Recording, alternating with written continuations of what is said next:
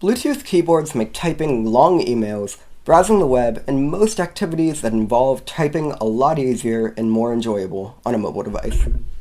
Today on Teen Tech Daily, the Logitech K480 Bluetooth keyboard.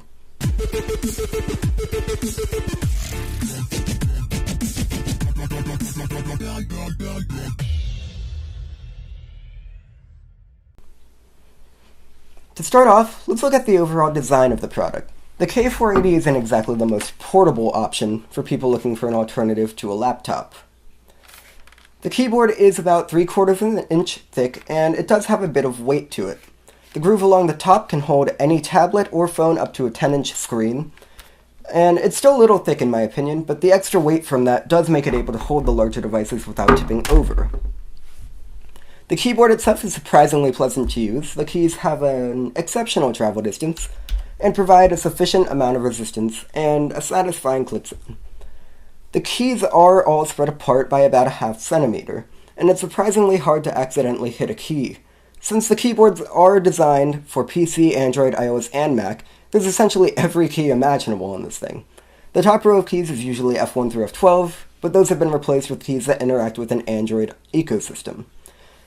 They include a return key, menu, play, pause, volume, and more. The top row is essentially just for certain functions and to open generic apps like camera, internet, and search. Since it is for all platforms, there are Control and Alt keys, as well as arrow keys. The arrow keys interact with the Android devices quite nicely, though I haven't found a use for Control and Alt in Android, but for a PC it's a welcome addition. One of the specialties for this keyboard is the multi-device pairing. The wheel on the left side of the keyboard allows you to pair 3 devices that it will remember, so you don't have to pair it every single time you switch devices.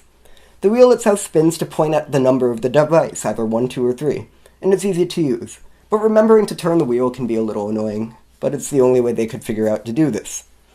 Speaking of pairing, I had a tough time getting it to pair at first. That is until I discovered the incredible user manual online. Seriously, kudos to Logitech for making such a great manual. The manual is completely digital and is easy to navigate, making it easy to find exactly what you're looking for in an efficient manner. I was pleasantly surprised when I found the instructions for pairing within 15 seconds of reaching the webpage. The pairing is simple, and in reality, all you have to do is hold the PC button for 3 seconds, or the I button for 3 seconds if you have an Apple device, while your device is looking for a Bluetooth device. Pretty simple and really easy to do. One thing I loved about the K480 is its size. Yes, it's a little large, but that makes it easy to place on your lap and use like a laptop. It also makes the keyboard spacious and feel comfortable when typing for extended periods of time, despite the lack of palm rest, which you shouldn't expect on this. The last point to make before the conclusion is the battery life. On the back is the power switch, which I personally would have preferred on the top, so I don't have to flip it every time, and the battery compartment. It's powered by 2 AA's, which is likely better than a non-replaceable built-in battery. That also makes it have no ports on the outside, so the finish is still plastic, but there's no entry for water other than the front with the keys. And you can also replace AA's in a pinch if you run out of battery life, which is really nice. That brings us to the conclusion. So, who's the K480 for? Well, the Logitech K480 is a nice, somewhat portable keyboard, and the multi-device feature is somewhat useful, though it only saves you 10 seconds in reality. So back to who it's for. It's definitely for people who type a lot on their portable devices, and would like a keyboard without having to use a laptop that delivers a laptop experience. I wrote this entire review on the K480, so I can definitely say it works, and it's not uncomfortable to use, but in conclusion, the K480 is definitely a valid option, but there are better choices.